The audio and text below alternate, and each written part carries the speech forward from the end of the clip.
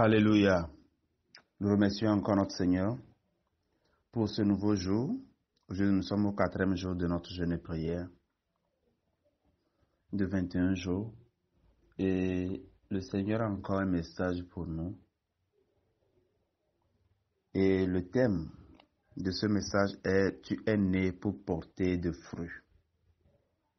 Tu es né pour porter de fruits. Et le verset d'ouverture nous est tiré de Psaume, chapitre 1, le verset 3. Je lis la version Louis II.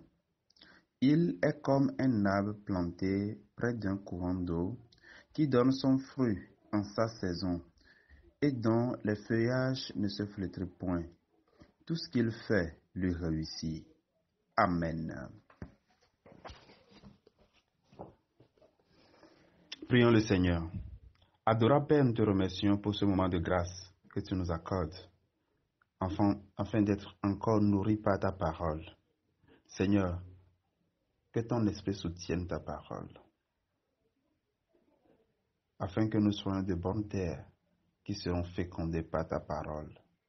Au nom puissant de Jésus, nous avons prié. Amen.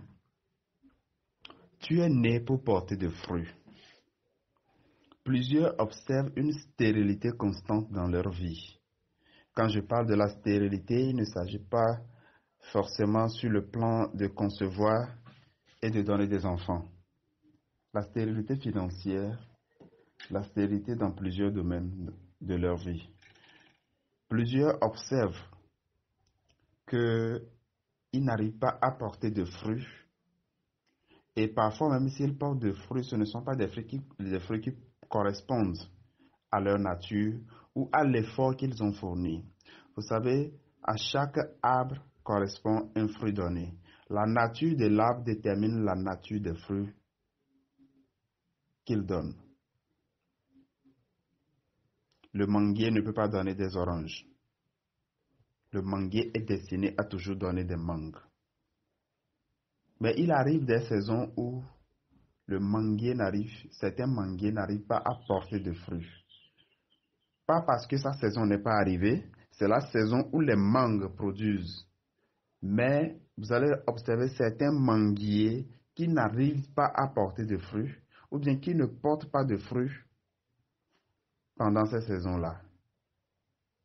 Et d'autres, vous allez voir que même hors saison, il y a toujours des fruits sur certains arbres. Et c'est ainsi que plusieurs vivent aujourd'hui. Lorsque leur saison arrive de porter des fruits, ils n'arrivent même pas à porter ces fruits, ou ils ne savent même pas que c'est leur saison. Certaines personnes ratent leur saison, et d'autres, ils se battent, ils savent que c'est la saison. Ils fournissent des efforts, mais ça ne donne rien. Mais la Bible dit que celui qui observe les principes de Dieu est comme un arbre planté près d'un courant d'eau et qui porte de fruits en sa saison. Ses feuillages sont toujours verts et celui-là n'aperçoit pas la sécheresse. Mais plusieurs chrétiens aujourd'hui ont du problème, ont du mal à porter de fruits. Et quand nous analysons l'histoire du semeur, ou bien la parabole du semeur que le Seigneur Jésus nous a donnée dans Matthieu, chapitre 13, du verset 4 au verset 23, vous allez voir plusieurs types de terre, ou bien 4 types de terre. D'abord, le semeur demeure le même, la semence aussi, c'est la même semence, mais Jésus a distingué 4 types de terre qui ont reçu la semence. Et que dans les 4 types de terre, il n'y a qu'un type de terre qui est qualifié de bonne terre. Et les 3 autres n'ont pas pu produire. Le premier catégorie, ou bien la première terre, c'est celle qui est au bord de la route. Vous savez, les terres qui sont au bord de la route sont les terres dans lesquelles il y a trop de va-et-vient. Il y a certaines personnes aujourd'hui qui n'arrivent pas à porter de fruits. Ils n'arrivent pas à atteindre leur destinée, à atteindre leur objectif dans la vie. Parce qu'il y a trop de va-et-vient dans leur vie. Les gens viennent trop, les gens sortent de trop. Ils ont trop d'amis. Et ils parlent trop. Ils informent tout le monde par rapport à leur situation. Il suffit de les saluer. Comment vas-tu? Et ils commencent à raconter des histoires. Oui, je vais bien. Hier, on avait préparé, mais moi, je n'ai pas pu manger. Ce matin, comme ça, je suis sorti, c'est pour aller payer. Et après, je vais préparer. Après avoir préparé, je vais amener les enfants à l'école. Et après ça, je partirai à l'hôpital pour faire l'analyse parce que il semble que je suis enceinte. Mais je vais aller voir ce que le médecin va. C'est des histoires qu'il va vous raconter. Et parfois même, on essaie de les éviter parce que si tu es pressé que tu les rencontres, tu as un problème. Donc, ce sont des gens pour la plupart des temps, il y a trop de va-et-vient dans leur vie. Commence par analyser ta vie. Avant d'accuser les sorciers, avant d'accuser ci, avant d'accuser ça, d'être la cause de tes échecs répétés, analyse un peu ta vie s'il n'y a pas trop de va-et-vient. Si tu ne parles pas de trop, si tu n'as pas trop d'amis, parfois nous avons certains amis qui sont tellement nuisibles. Ce sont des amis qui ne nous donnent même pas de bons conseils. Mais comme nous aimons parler, ce sont des amis même qui vous incitent à faire ce qui n'est pas bien. Et puis nous les suivons comme ça. Certains ont eu leur foyer brisé à cause des mauvaises amitiés. Et la deuxième catégorie de terres, ce sont les terres rocailleuses. Il y a des cailloux et il n'y a que la surface qui est recouverte de sable. Mais c'est des cailloux, des pierres qui sont à l'intérieur. Donc ces terres manquent de profondeur. Une fois que la semence veut germer, la semence pousse très bien, mais il n'y a pas de racines. Ces personnes n'ont pas de racines. Vous savez, la Bible dit que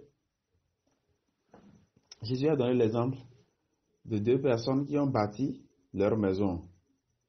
La première personne a bâti sur le sable, l'autre a bâti sa maison sur le roc. Maintenant, quand la tempête est arrivée, celle qui est sur le sable s'est écroulée et la maison qui est sur le roc a tenu. Le problème ici, ce n'est pas que quand tu bâtis ta maison sur le roc, il n'y aura pas de vent, non. Les vents viendront, les tempêtes seront là, les problèmes viendront.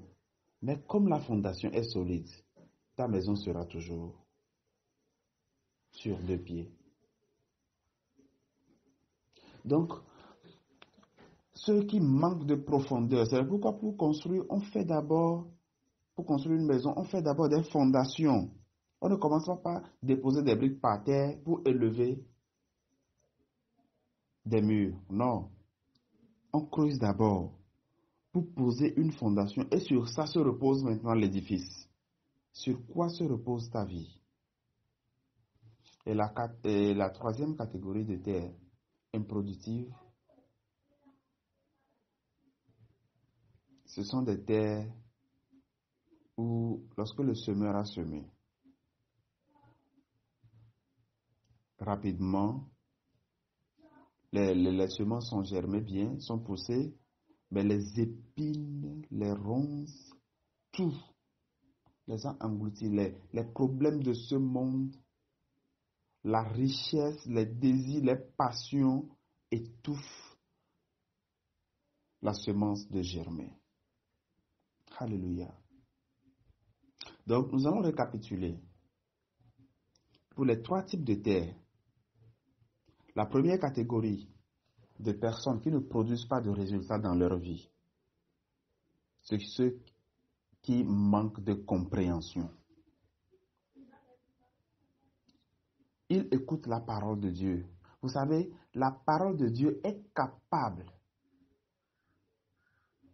de rendre votre vie productive.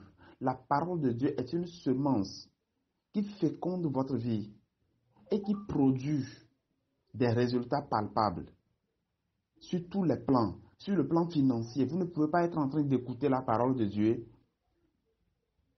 et être encore fauché financièrement. Elle doit produire de la richesse en vous. Elle doit produire de l'abondance en vous. Le chrétien doit être riche. Quand nous le disons, les gens disent que nous prêchons l'évangile de prospérité. Montrez-moi l'évangile de la pauvreté dans la Bible. L'évangile n'a jamais été un évangile de pauvreté. L'évangile a toujours été un évangile de la prospérité. Si vous avez des versets qui vous prouvent le contraire, alors envoyez-les-moi. Un chrétien doit être riche. Un chrétien doit prospérer. C'est pourquoi quand Jésus était venu sur terre, il n'était jamais entré dans la maison d'un pauvre. Zachée, il était un homme riche. Quand Jésus était allé chez lui, imaginez que c'était un pauvre. Est-ce qu'un pauvre peut accueillir 13 personnes? Parce que Jésus était toujours avec ses 12 disciples. Quand Dieu a créé le monde et il a créé l'homme, il a dit à l'homme, dominer. Et en disant dominer, il a dit d'abord sur les poissons de la mer avant de citer les autres choses. Il a dit dominer sur les poissons de la mer. En hébreu, le poisson, l'expression poisson signifie abondance. Et pourquoi Dieu a dit de dominer d'abord sur les poissons avant de dominer sur les autres choses? C'est-à-dire, ayez la domination financière. Ayez la domination financière. C'est pourquoi d'ailleurs, quand Paul allait commencer son ministère, Paul avait commencé par prêcher dans les villes côtières, là où il y avait les côtes.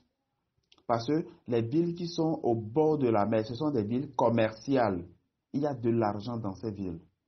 Ce sont des villes riches. Il n'a pas commencé par les villages qui sont pauvres, bien les villes qui sont pauvres. Non, il a commencé par là où il y a la richesse. Et à travers ça, l'évangile était financé dans les autres contrées qui étaient pauvres. C'est pourquoi quand Paul veut quitter une ville, les gens de cette ville cotisaient pour lui pour qu'il puisse accomplir l'œuvre de l'autre côté.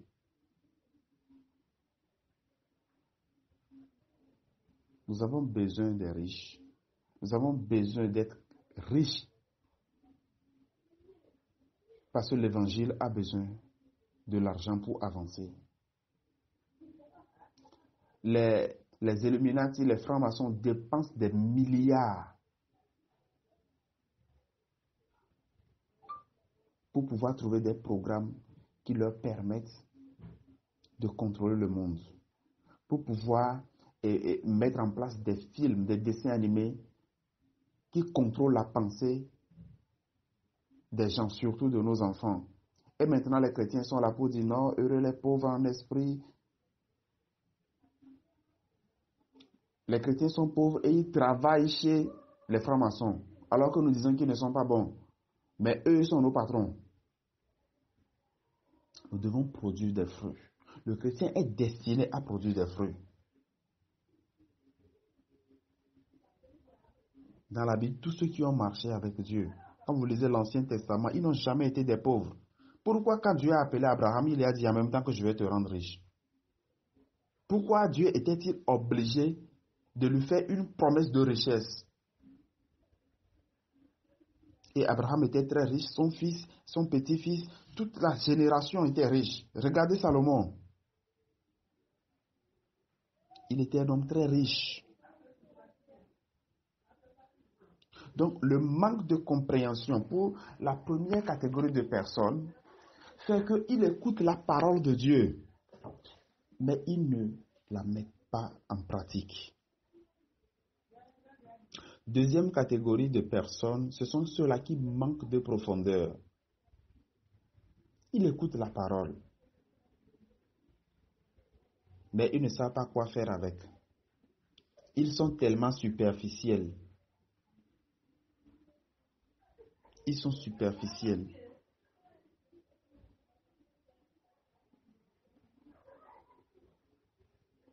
Ils négligent. Ils sont caractérisés par la négligence. Ce sont des gens qui procrastinent. Ok, je vais y penser, je vais y penser. Et ce sont des gens même parfois, ils reviennent de l'église. Mais quand tu lui demandes le pasteur a prêché avec quel verset, ils ne peuvent pas te répondre. Ils ne gardent pas la parole dans leur cœur. Ils ne méditent pas sur la parole après. Ils écoutent, ça rentre et ça sort en même temps. Eux vont généralement à l'église seulement pour danser et contempler la beauté de l'église, les climatiseurs, et la décoration, ce que le pasteur a porté, la façon dont le groupe musical a presté, le pianiste, comment il faisait et le jeu de piano, et la femme du pasteur, ce qu'elle a porté, ce sont des choses qui les intéressent. Dans l'église, là, les filles portent trop de mini-jupes. Quand vous voyez et vous écoutez des gens qui commencent pas à parler comme ça, sachez qu'ils sont superficiels. Oh, votre église, là, ils portent tellement de mini-jupes. Et les garçons font trop la cour aux filles. Et il y a trop de retard. Eux, ils sont là seulement pour voir les erreurs de l'église. Les imperfections. Le pasteur, il n'arrive pas à bien prêcher, il ne parle pas bien français. Ce sont des gens superficiels. La parole de Dieu ne produit jamais d'effet dans leur vie. Parce qu'ils sont concentrés à juger les gens. C'est pourquoi la plupart des temps, ceux qui jugent, ils ne réussissent jamais. Et ceux qui jugent, quand vous trouvez quelqu'un qui critique là, laissez-les. Ce sont des gens qui meurent très vite. Ne prenez jamais votre vie à critiquer. Vous risquez de vite mourir. Et le troisième type de personnes sont ceux que les problèmes de ce monde, la richesse, tout, empêchent de manifester la gloire de Dieu. Et ceux-là sont caractérisés par manque de discipline.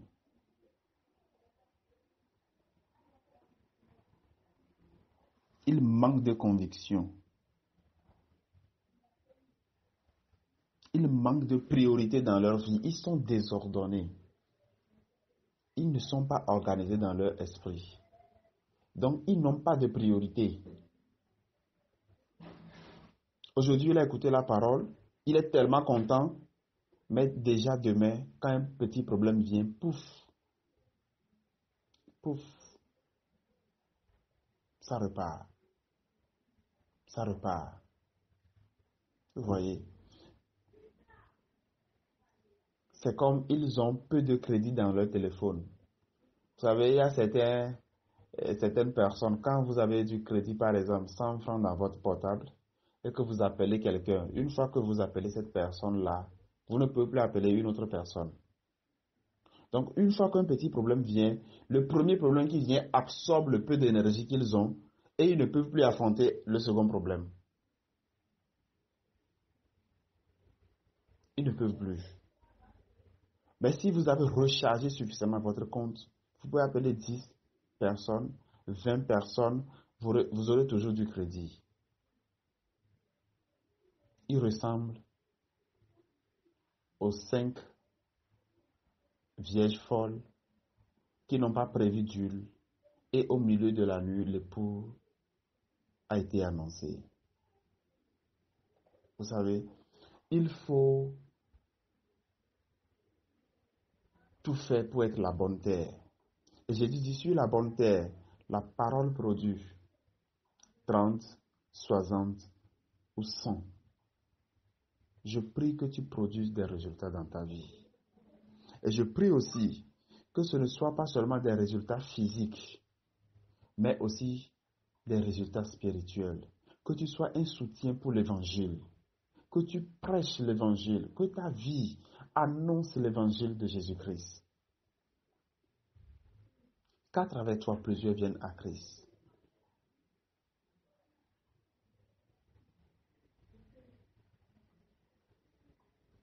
Jésus a dit, allez faire de toutes les nations des disciples. Il n'a pas parlé seulement aux pasteurs. C'est l'œuvre de nous tous.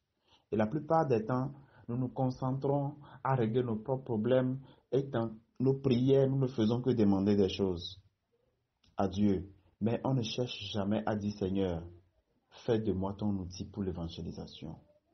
Seigneur, bénis-moi pour que je puisse dépenser mon argent dorénavant pour l'évangile. Je veux soutenir l'évangile. Plusieurs ne sont pas à ce niveau-là.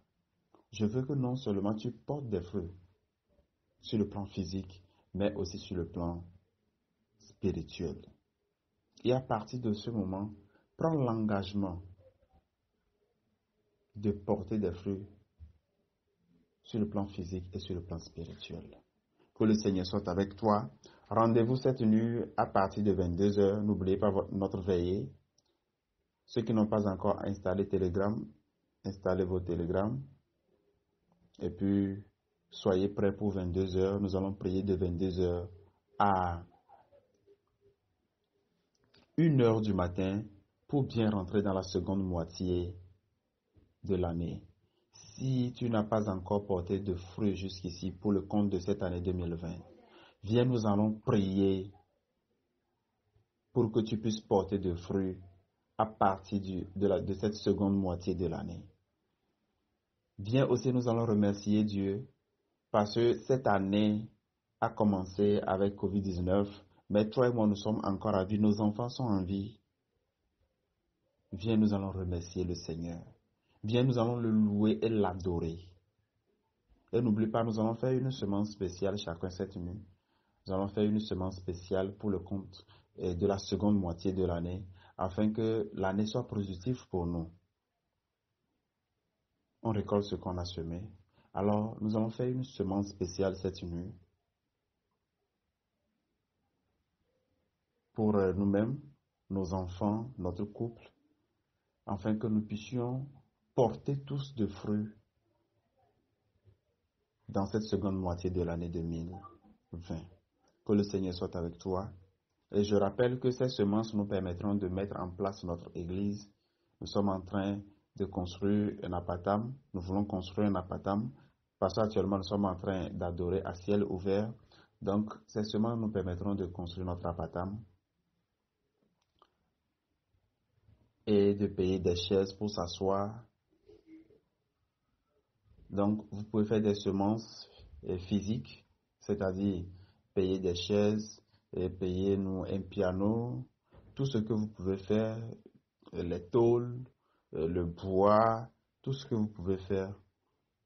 De même, vous pouvez envoyer aussi l'argent pour que nous puissions les payer nous-mêmes. Tout ce que le Seigneur vous met à cœur. Que le Seigneur soit avec vous. Rendez-vous à 22h